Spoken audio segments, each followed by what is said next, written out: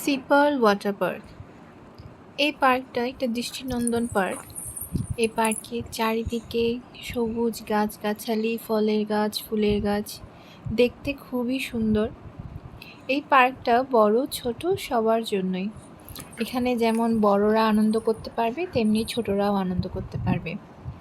পার্কের entry ticket 2 ধরনের, একটা 1200 টাকা এবং 1600 টাকা। এই দুটোটাই বড়দের জন্য, আর ছোটদের জন্য 700 টাকার টিকিট। যেই টিকিটে সবগুলো রাইড নেই, তবে ফান পুল আছে, ওয়েব পুল আছে, যেগুলোতে বাচ্চারা সেফলি তারা সারাটা দিন কাটাতে পারবে।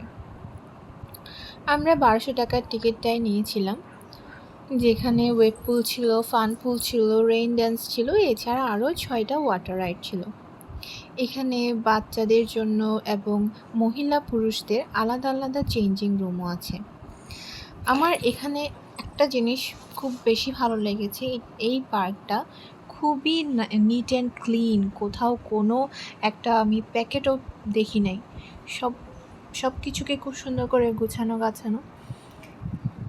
এখানে একটা ছোট একটা অ্যাক্সিডেন্ট হয়, আমার হাজব্যান্ডের হাত কেটে যায় এবং তাদেরকে জানানোর সাথে সাথে তারা ব্যান্ডেজ করে দেয়, ফার্স্ট এড নিয়ে আসে। আমার ব্যাপারটা খুব বেশি ভালো লাগে, কারণ এই ধরনের আন্তরিকতা সব জায়গায় দেখা যায় না। এটা যে ফান পুল, এখানের মধ্যে প্রত্যেকটা রাইডই বাচ্চা এবং বড়রা সবাই করতে পারবে এবং এটা একদম সেফ। এখানে কোনো ধরনের কোনো সমস্যা হওয়ার কথা না, যেহেতু ওরা সবসময় তদারকির মধ্যেই রাখে যেন কারো কোনো অসুবিধা না হয়।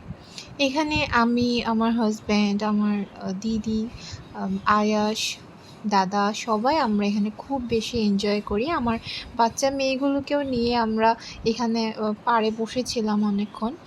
এটা যেহেতু একটা আনলিমিটেড টাইমের, এখানে কোনো সময় তো বাধা ধরা নেই, আপনি যতক্ষণ ইচ্ছা ততক্ষণ এখানে সময় কাটাতে পারবেন।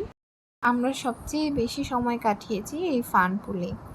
এখানে বড় ছোট সবাই যেহেতু আনন্দ করতে পারে, তাই আমরা এখানেই অনেকক্ষণ বেশি ছিলাম। যেহেতু আয়াস একা ছিল, ও আর অ্যাডাল্টদের রাইডগুলো সে করতে পারবে না, তাই আমরা এখানে ওর সাথে অনেকক্ষণ সময় কাটাই। আমরা সবাই প্রত্যেকটা রাইড খুব এনজয় করি, খুব হাসাহাসি হয়, খুব আনন্দ হয়।